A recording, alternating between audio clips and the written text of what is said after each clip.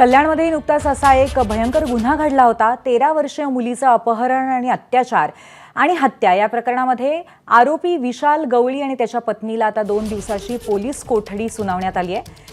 आरोपीच्या वकिलाने कल्याण न्यायालयामध्ये अर्ज दाखल केलाय। बदलापूर अत्याचारातील आरोपी अक्षय शिंदेचा जसा एन्काउंटर झाला तसा विशाल गवळीचा होऊ नये यासाठी त्याच्यासोबत नातेवाईकांना राहू द्यावं अशी मागणी या अर्जातून करण्यात आली आहे। अक्षय शिंदे सारखा परत प्रकार होऊ नये असं मी एक अर्ज दिला कोर्टाला की पोलिसांच्या ताब्यात आहे तोपर्यंत आम्हाला भीती असते की ह्याचं पण एन्काउंटर होऊ नये। त्या अनुषंगाने त्याच्या घरातले कोणी नातेवाईक असतील ते त्याच्यासोबत राहतील। पीसीआय पोलिसांच्या कस्टडीत तोपर्यंत ते राहतील, नंतर एकदा एमसीआर झालं की मग काय आवश्यकता नाही त्याची, असा एक अर्ज दिला आहे। आता त्याच्यावर काय कोर्ट डिसिजन देते ते बघूया। माझी मागणी हीच आहे सर की त्याला फाशी झाली पाहिजे आणि त्याचा एन्काउंटर झाला पाहिजे। असे राक्षसला धर्तीवरती ठेवू नका, त्याला फाशी झाली पाहिजे। असे राक्षसला ठेवू नाही, आमच्या हातामध्ये द्या। जर तुमच्याकडून नाही होत असेल ना तर आमच्या हातामध्ये द्या।